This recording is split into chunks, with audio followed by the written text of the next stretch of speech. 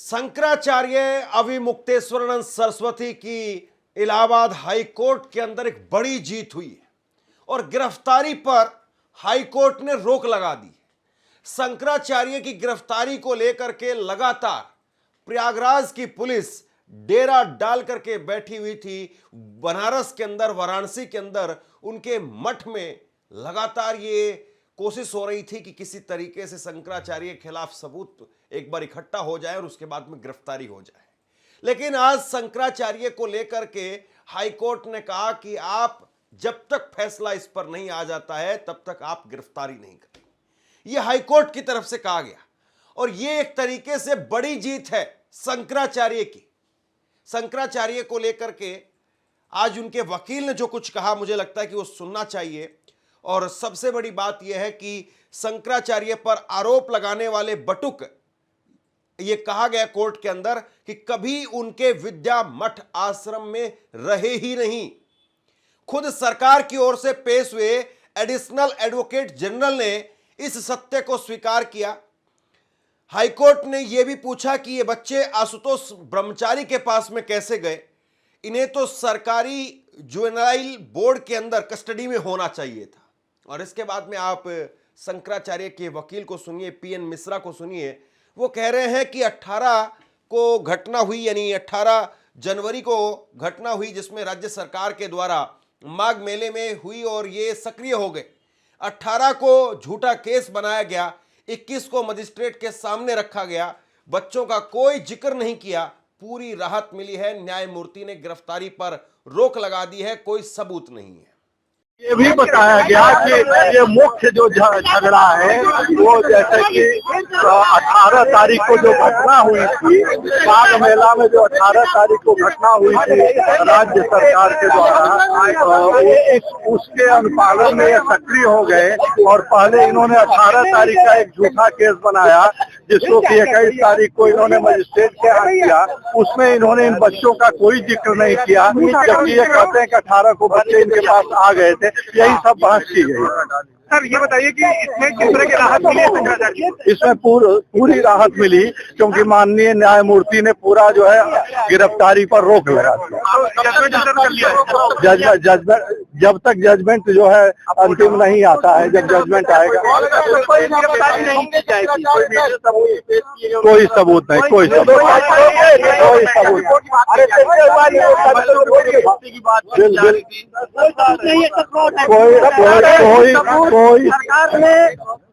ऐसा है जो आज न्यायालय में हुआ उसमें जो है उन्होंने ये बताया कि पुलिस में बयान, कोर्ट में बयान भी हो चुके हैं, सब चीज हो चुके हैं, उसको कंसीडर करके निर्णय हुआ है। तो आप खुद निष्कर्ष निकालें, आप खुद निष्कर्ष निकालें। जब कोर्ट ने बेल दे दिया, गिरफ्तारी पर बिना शर्त के रोक लगा दिया माननीय न्यायमूर्ति ने,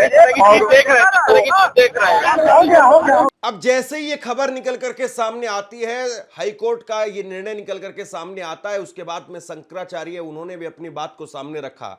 और शंकराचार्य उन्होंने हाईकोर्ट के फैसले पर कहा कि शंकराचार्य जैसी संस्था को बदनाम करने की कोशिश की गई। आज जो हालात हैं कि अपने भाई पर भी भरोसा नहीं कर पा रहे हैं, सारा अमला भ्रष्ट नहीं हो सकता है, कहीं तो कोई होगा जिसके मन में न्याय होगा, इसलिए संघर्ष जारी रहना चाहिए।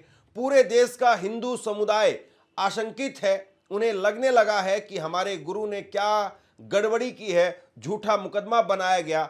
बटुक कभी आश्रम में रहे ही नहीं।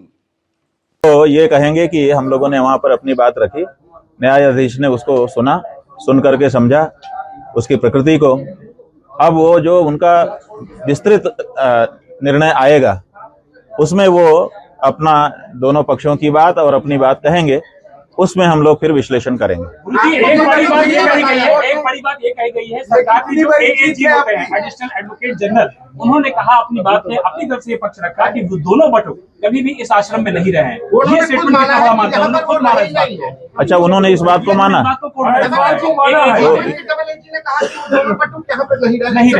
देखिए, अभी तक जितना बड़ा प्रचार किया जा रहा था कि आश्रम में बटुकों का शोषण, गुरुकुल में बटुकों का शोषण और इनके यहाँ ये होता है, ये जो बात चलाई जा रही थी उसको तो जो एजी हैं उन्होंने ही समाप्त कर दिया। उन्होंने ये कह दिया कि इस आश्रम में ये बटुक नहीं रहे। हम लोग पहले से कह रहे थे कि हमारे यहाँ वो नहीं रहे।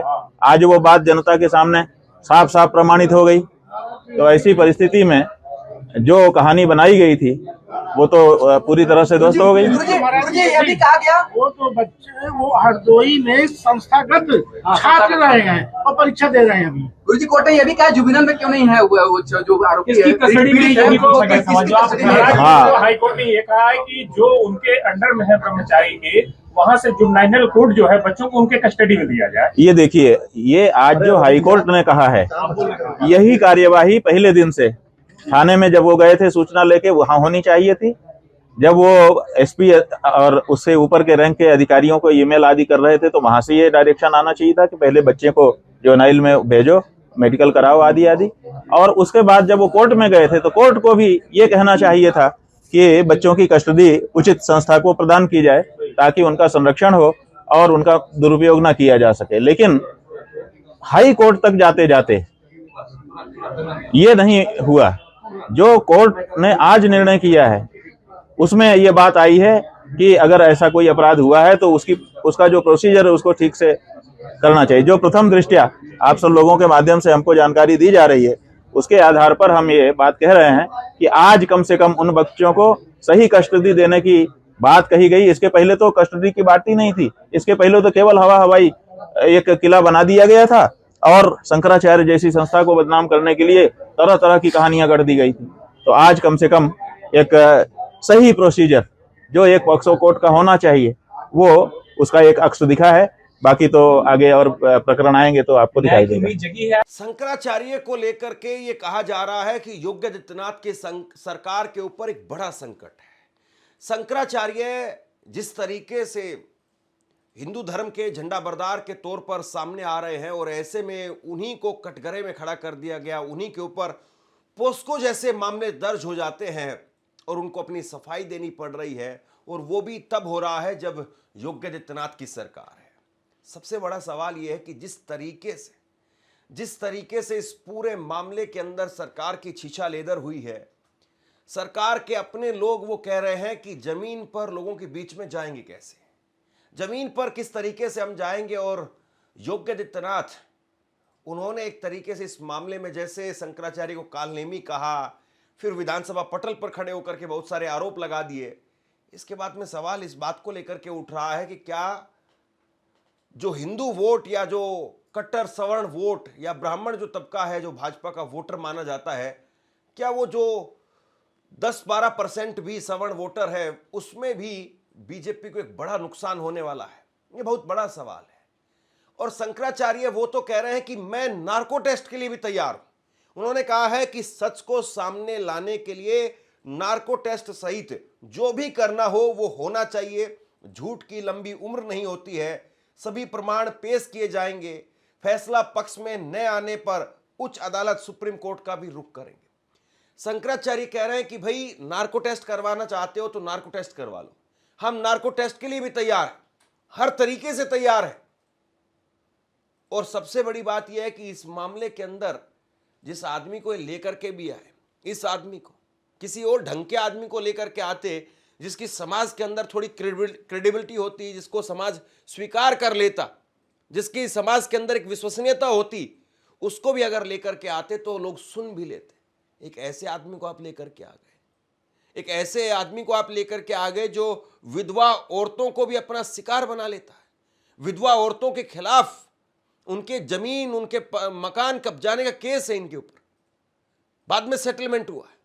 इनके ऊपर अपने पड़ोसी की जमीन, उनका घर जायदाद वो हथियाने के केस है। इस आदमी के ऊपर गो तस्करी के केस है। ये आदमी हिस्ट्री सीटर रहा है, ये आदमी जेल में गया, और इस आदमी को जो है वो आगे करके शंकराचार्य के ऊपर अंट संट जो है दुनिया भर के आरोप लगाए गए।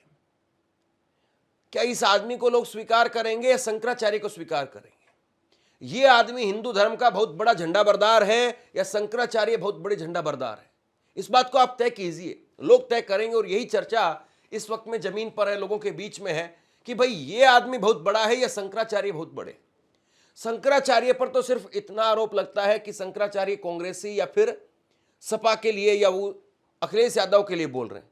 अरे ये आदमी तो हिस्ट्री सीटर रहा, उससे तो लाख गुना है कि आप किसी पार्टी के ही कम से कम जो है वो आपके लिए बोल रहे हैं या आप उनके लिए बोल रहे हैं। ये आरोप उतना गंदा और घिनौना नहीं है जितना गंदा और घिनौना आरोप ये है कि आप विधवा औरतों के मकान कब्जा कर लेते हैं, आप गाय की तस्करी करते हैं, हिस्ट्री सीटर, इनामी बदमाश। ये आरोप क्या अच्छे हैं? और इन आरोपों के सहारे आप शंकराचार्य को घेरेंगे? बहुत बड़ा सवाल है ये। और सबसे बड़ी बात यह है कि जिस तरीके से इस वक्त में शंकराचार्य को घेरने की कोशिश की गई, वो कर क्या रहे थे? शंकराचार्य वो लखनऊ आ रहे थे गाय के लिए, और योगी आदित्यनाथ की सरकार से कह रहे थे कि आप गाय को राजमाता का दर्जा दीजिए। और इस बीच में आप देखिए कि क्या क्या मिल गया। कोर्ट से आज दो बड़ी खबरें आई हैं और दोनों जगह पर भाजपा को एक तरीके से झटका लगा। इलाहाबाद हाईकोर्ट से खबर आई, वहां पर शंकराचार्य की एक बड़ी जीत कही जा सकती है। और वहीं दिल्ली से खबर आती है सामने, वहां पर अरविंद केजरीवाल के मामले में भी बीजेपी की एक बड़ी हार हुई है। नरेंद्र मोदी सरकार की एजेंसियां वो फेल रही, साबित नहीं कर पाई अरविंद केजरीवाल को लेकर।